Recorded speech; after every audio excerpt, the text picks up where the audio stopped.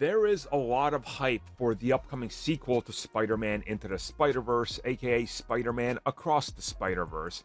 And if one comparison is anything to go by directly from the people working on the film, we're in for a treat because they said that they're planning a Avengers-like conclusion.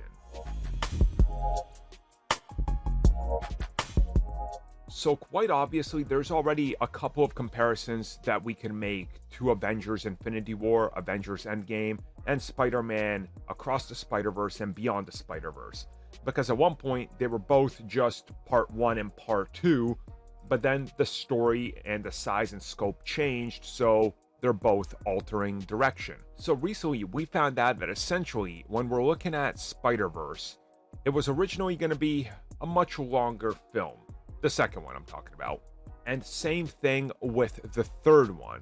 And they essentially revealed, and the producer revealed, that they were planning something that was going to be on the size, scope, and scale for the Spider-Verse that's like Avengers Endgame. And that's ultimately that sort of end goal and scene and type of setup that you want. And that this is what they're going for.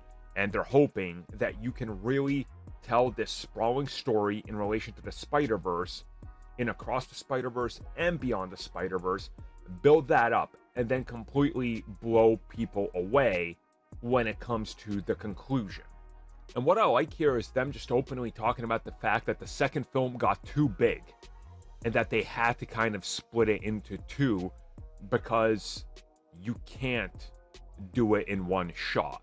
That's what they realized while developing it.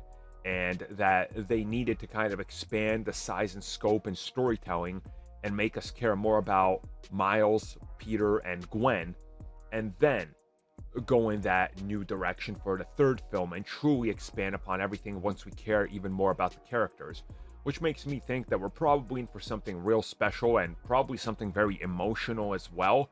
And it'll certainly be interesting to see what they do with the third film because it's still so far away. I mean, the second film is just coming out summer this year, so we've still got a long time to go, but I like the idea that they're already obviously teasing us, and also they already know how it's going to turn out. Because again, they planned it to be one film, then just split it, so they know exactly what direction they're going in, and they don't need to make a lot of huge changes that can alter anything and everything, which sometimes, well, it has happened in the past when they decided to just add sequels and sequel bait without knowing what exactly the ideas were. It can get problematic, so at least they kind of have a blueprint.